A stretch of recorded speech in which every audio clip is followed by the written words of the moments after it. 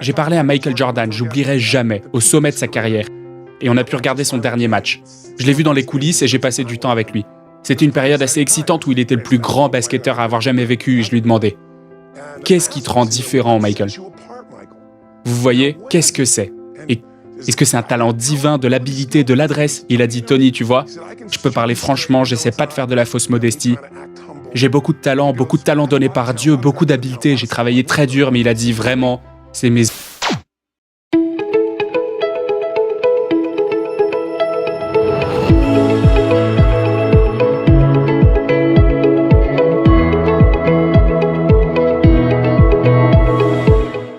Salut la team Mindset, j'espère que vous allez bien. Aujourd'hui, j'ai le plaisir de vous retrouver pour vous partager à nouveau des conseils d'Anthony Robbins. En effet, suite à la première vidéo que j'ai réalisée sur lui où il te donnait ses meilleurs conseils pour pouvoir réussir la meilleure année de ta vie, j'ai eu énormément de gens qui m'ont écrit pour me dire qu'ils en voulaient plus. Comme tu as dû t'en rendre compte dans l'introduction, il y a également une petite nouveauté sur la chaîne. Nous avons une nouvelle personne qui a rejoint l'équipe et qui va s'occuper désormais de réaliser les voix off sur les vidéos. C'est parti pour ces précieux conseils.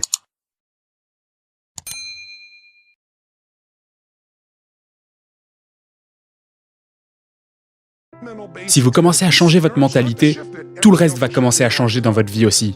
Certaines personnes doivent avoir plus qu'assez d'argent pour faire ce qu'elles veulent, quand elles veulent, où elles veulent, avec qui elles veulent, contribuer comme elles veulent. Si elles le veulent vraiment, elles trouvent un moyen. Je sais que ça semble trop simpliste, mais c'est vrai. Quelqu'un a dit une fois que vous pouvez retirer tout l'argent de toutes les personnes riches du monde qui ont du succès pour le donner à d'autres, mais ça ne leur prendrait pas trop de temps pour que l'argent revienne dans leurs mains.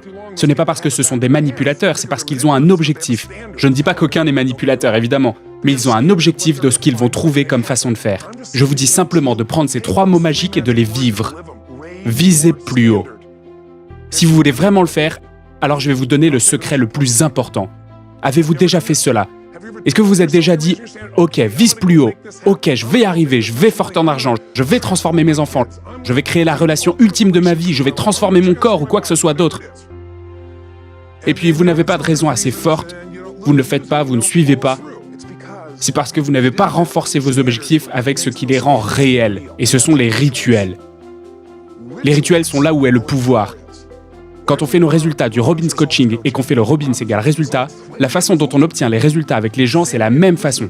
Si vous écoutez mon Ultimate Age Programmer à l'époque, ou mon livre Personal Power, ou si vous êtes allé à un de mes séminaires, vous savez ce que je fais. C'est que je prends ces énormes défis que vous avez et on les décompose en petites étapes. En petites choses que vous faites chaque jour et qu'après les avoir faites, vous obtenez tellement d'élan qu'il est facile de réussir. Vous n'êtes pas submergé. Vous avez ces victoires jour après jour sur des petites choses. Si vous êtes venu à Ultimate Age, je suis sûr que vous avez entendu parler de l'heure du pouvoir, les 15 minutes pour s'accomplir ou les 30 minutes pour prospérer, où vous conditionnez littéralement votre corps et vos émotions avec quelques petits rituels. Donc peu importe ce qui se passe dans votre monde, vous ressentez cette force et ce n'est pas superficiel, ce n'est pas une pompe, ça vient de l'intérieur de vous et ça marche. Les rituels nous définissent. Vous voyez, tous les résultats dans votre vie viennent de vos rituels. Ils commencent avec un objectif personnel et ensuite ont des rituels qui les suivent. Comme par exemple, si vous êtes là où vous voulez être physiquement, vous avez des rituels très différents que si vous n'êtes pas là où vous voulez être physiquement. Si vous êtes en surpoids, vous et moi, on sait tous les deux que vous avez un rituel différent. Complètement différent. Quand vous vous levez le matin, quelle est la première chose que vous faites si vous êtes en forme? Vos chaussures sont là, vous vous retournez à la minute où vous vous réveillez, vous mettez vos chaussures, vous faites les lacets et vous commencez à marcher, quel que soit le rituel. Si vous êtes en surpoids, vous vous retournez, vous avez un rituel très différent. Vous vous retournez peut-être plusieurs fois pour éteindre le réveil. Vous allez et prenez votre café mocha ou je sais pas quel café spécial au Starbucks. Puis vous avez peut-être votre joli muffin au sucre qui est censé être vraiment sympa pour vous. Quoi que vous fassiez, c'est un rituel différent. Si vous avez une relation passionnelle, vous avez des rituels très différents quand vous rentrez à la maison que si vous avez une mauvaise relation. Vous rentrez à la maison, la première chose que vous faites, c'est de tweeter quelqu'un ou envoyer un email ou zapper les nouvelles ou vous ne rentrez même pas à la maison. Quels sont les rituels? Chaque fois que j'étudie des gens qui réussissent, ce que je recherche, c'est quel est le niveau auquel ils se tiennent. Et ensuite, quels sont les petits rituels qui s'ajoutent? Parce que pensez-y, le succès et l'échec ne sont pas des événements géants. Ils n'arrivent pas d'un coup. Vous n'aurez pas soudainement du succès ou soudainement cet événement cataclysmique qui vous fait échouer. Ça en a pas l'air, mais l'échec vient de toutes les petites choses. C'est l'échec de passer l'appel, l'échec de lire des livres, l'échec de dire « je suis désolé », l'échec de vous pousser à faire des choses physiquement que vous ne voulez pas faire, Et tous ces petits échecs, jour après jour, se rassemblent jusqu'à un jour, un événement cataclysmique se produise et vous le tenez pour responsable. Mais cet événement, il est là parce que vous avez raté toutes les petites choses. Vous êtes d'accord avec moi? Et le succès d'ailleurs n'est pas un événement qui arrive du jour au lendemain, c'est toutes ces petites choses. Le succès, c'est avoir une vision, le succès, c'est la rendre captivante. Le succès, c'est vraiment la voir, la sentir chaque jour avec des raisons assez fortes. Le succès, c'est avoir le sentiment que je suis ici pour grandir, je suis ici pour donner quelque chose au monde plus que moi-même.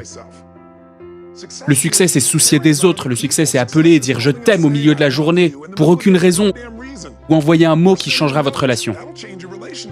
Ayez un rituel, quelque chose de drôle, un jeu ou une surprise que vous faites. Combien de relations sont mortes aujourd'hui parce qu'elles n'ont plus de rituel de surprise? Vous devez avoir des rituels et des choses cool que vous faites que personne d'autre ne fait, qui vous donnent une meilleure vie que les autres. Toutes les petites choses. C'est là d'où vient le succès.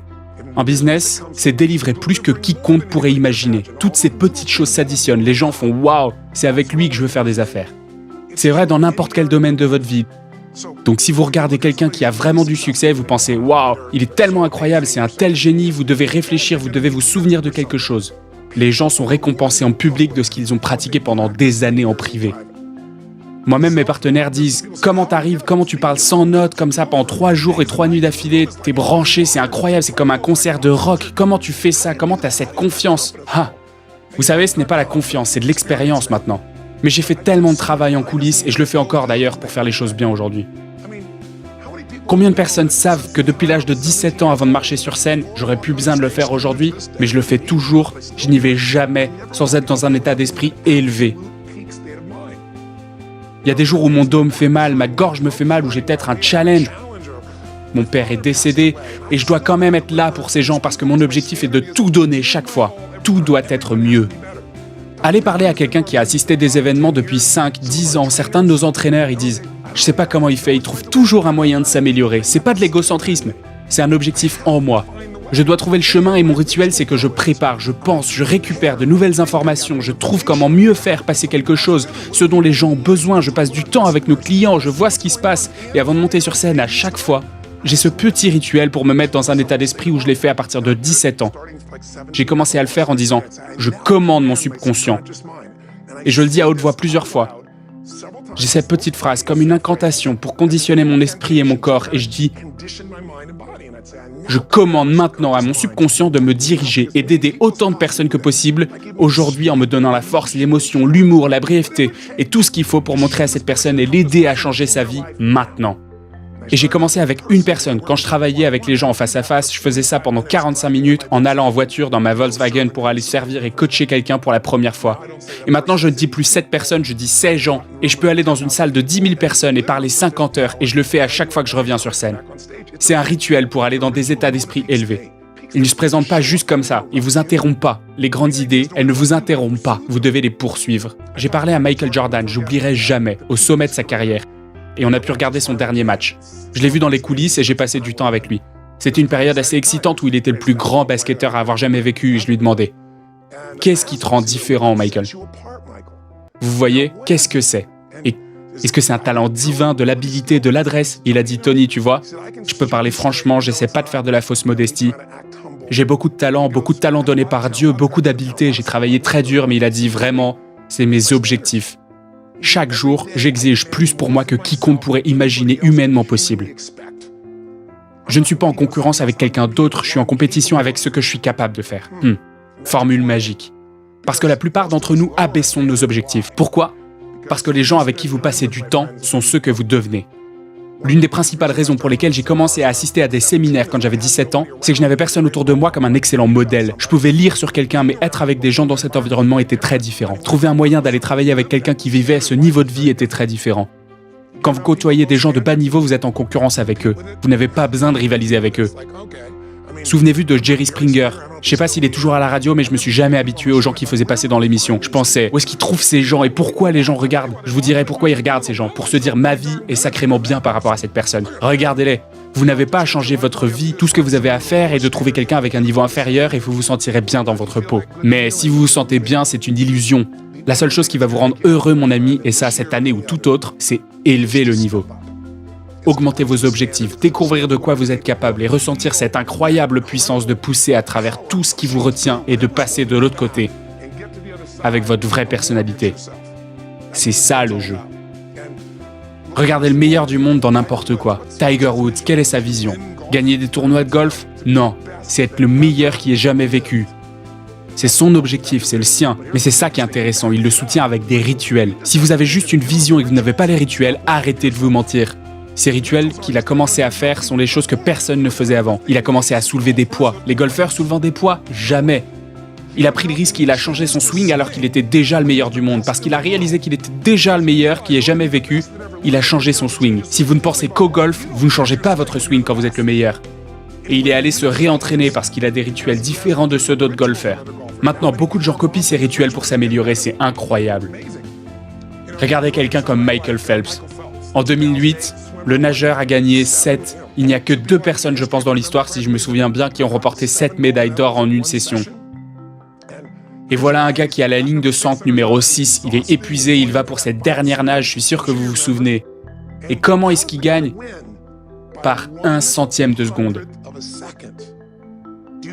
Pensez-vous que c'était une compétence énorme qui l'a fait passer au meilleur niveau ou était-ce un objectif? Est-ce qu'il s'est dit c'est ça que je suis le champion et personne ne me prend ça? Et d'une manière ou d'une autre, dans ces dernières centièmes de seconde, il s'est poussé jusqu'au-delà de son concurrent.